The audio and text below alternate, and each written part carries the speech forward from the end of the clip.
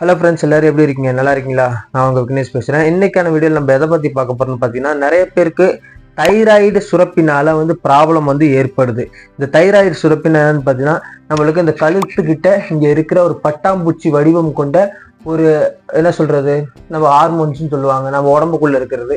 அந்த தைராய்டு சுரப்பினால பார்த்தீங்கன்னா நம்மளுக்கு நிறையா சுரக்கா விட்டாலும் பிரச்சனை தான், அதிகமாக சுரத்தாலும் நம்மளுக்கு அந்த சுரப்பில சுரத்தாலும் பிரச்சனை தான்.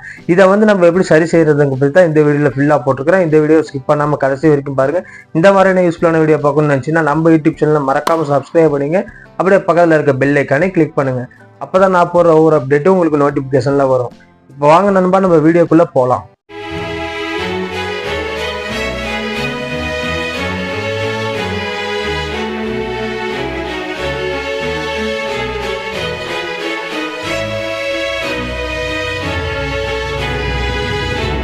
இந்த தைராய்டு ப்ராப்ளம் எதுக்கெல்லாம் வருதுன்னு ஃபர்ஸ்ட் பார்த்துடலாம். இந்த தைராய்டு பிரச்சனையில் பார்த்தீங்கன்னா இந்த சுரப்பி இருக்கு பார்த்தீங்களா, அது அதிகமாக சுரப்பித்தால் அது என்ன நடக்குன்னு பார்த்தீங்கன்னா தைராய்டிசன், அதாவது தைராய்டிசன் சொல்லுவாங்க.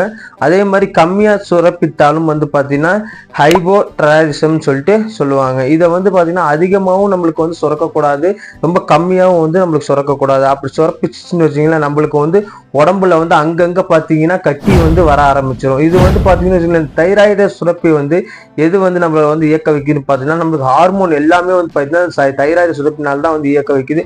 மூளையா இருக்கட்டும், இதயமா இருக்கட்டும், மற்ற உறுப்புகள் எல்லாத்தையுமே இருக்கட்டும், சரியான சுரப்பி மட்டும் இருந்தால் மட்டும்தான் பார்த்தீங்கன்னா நம்ம உடம்பு ரொம்பவே ஆரோக்கியமா இருக்கும். இந்த தைராய்டு சுரப்பில பார்த்தீங்கன்னா அதிகமாகவும் சுரக்கக்கூடாது, கம்மியாகவும் சுரக்கக்கூடாது. அப்படி சுரப்பித்தால் நம்மளுக்கு உடம்புக்கு நிறையவே நோய்களை உண்டாக்கும். இந்த ப்ராப்ளம் வராம இருக்கணும்னா நீங்க என்ன பண்றீங்கன்னா, இந்த நான் சொல்ற பொருளெல்லாம் நீங்களே வீட்டில் மேக் பண்ணி யூஸ் பண்ணிக்கலாம். அப்படி யூஸ் பண்ண முடியலன்னா உங்களுக்கு நீங்க பவுடரா கூட நாட்டு மருந்து கடையில தாராளமா வாங்கி யூஸ் பண்ணிக்கலாம்.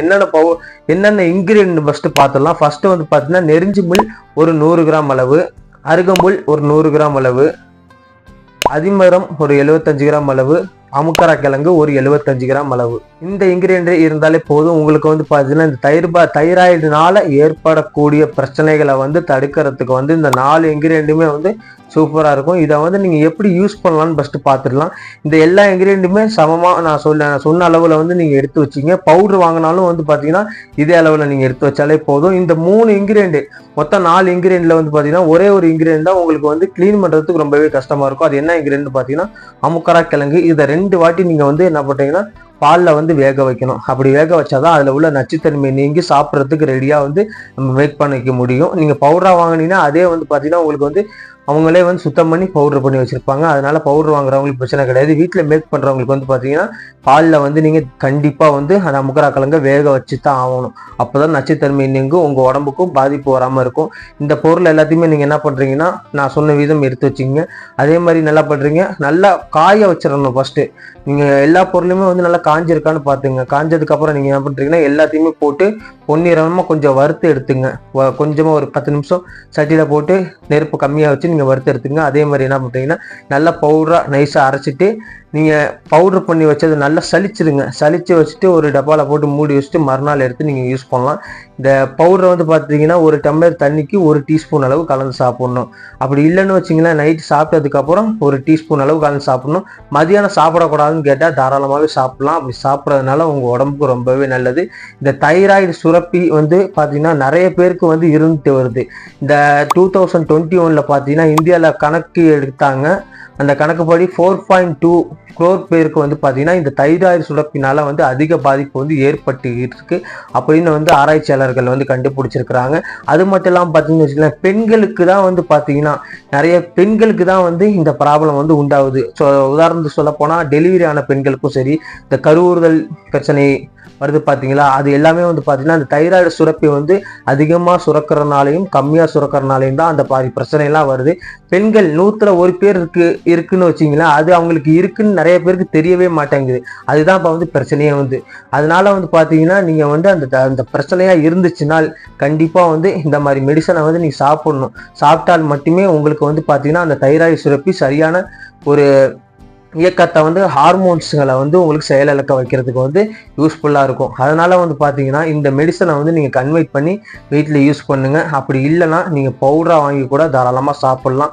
இந்த தைராய்டினால ஏற்படக்கூடிய ப்ராப்ளங்கள் அப்படி கம்மியாக சுரத்தாலும் சரி அதிகமாக சுரத்தாலும் சரி நம்மளுக்கு என்ன ப்ராப்ளம் ஏற்படுத்துன்னு பார்க்குறீங்களா? ஒவ்வொரு ஹார்மோன்ஸ்லேயும் வந்து பார்த்தீங்கன்னா நம்ம உடம்பா இருக்கட்டும், நம்ம காலாக இருக்கட்டும், கையாக இருக்கட்டும், எல்லா இடத்துலையுமே வந்து பார்த்தீங்கன்னா வீங்க ஆரம்பிச்சிடும். வீக்கம் வந்து பெருசு பெருசா வந்து வர ஆரம்பிச்சிடும். இங்கேயா இருக்கட்டும், இல்லைன்னா கையிலையா இருக்கட்டும், இல்லைன்னா கால்லையா இருக்கட்டும், எல்லா இடத்துலையுமே வந்து பார்த்தீங்கன்னா உங்களுக்கு வந்து வீக்கம் வந்து ஆரம்பிச்சிடும். அதுதான் வந்து பார்த்தீங்கன்னா ஃபர்ஸ்ட் அறிகுறி.